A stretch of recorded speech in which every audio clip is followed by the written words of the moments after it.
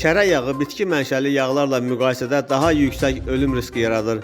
Bu barədə Euronews telekanalı alimlərin yeni araşdırmasına istinadən məlumat yayıb.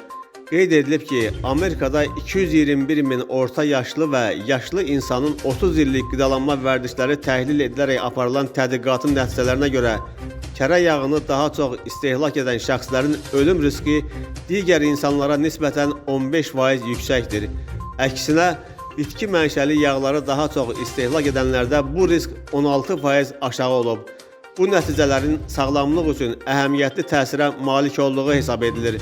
Tədqiqatçılar belə hesab edirlər ki, xüsusilə zeytun yağı, soya yağı, koza yağı və kanola yağı ürək-damar xəstəlikləri və xərçəngdən ölüm riskini azalda bilər. Lakin qarğıdalı və zəfəran yağlarında eyni təsir müşahidə edilməyib.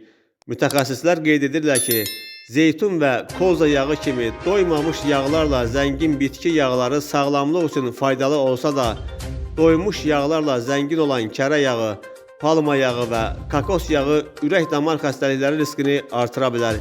Bundan əlavə, bitki yağlarının tərkibindəki omega-3 yağ turşuları iltihabı azaltmağa kömək etdiyi halda, omega-6 yağ turşuları isə bəzi hallarda iltihab riskini artıra bilər.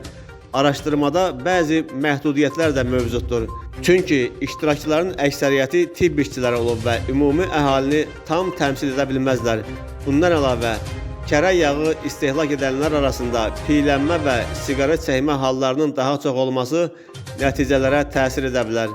London Kral Kollecinin professoru Tom Sanders bu araşdırmanın bitki yağları ilə bağlı yayılan yanlış məlumatlara qarşı elmi sübutlar təqdim etdiyini bildirib.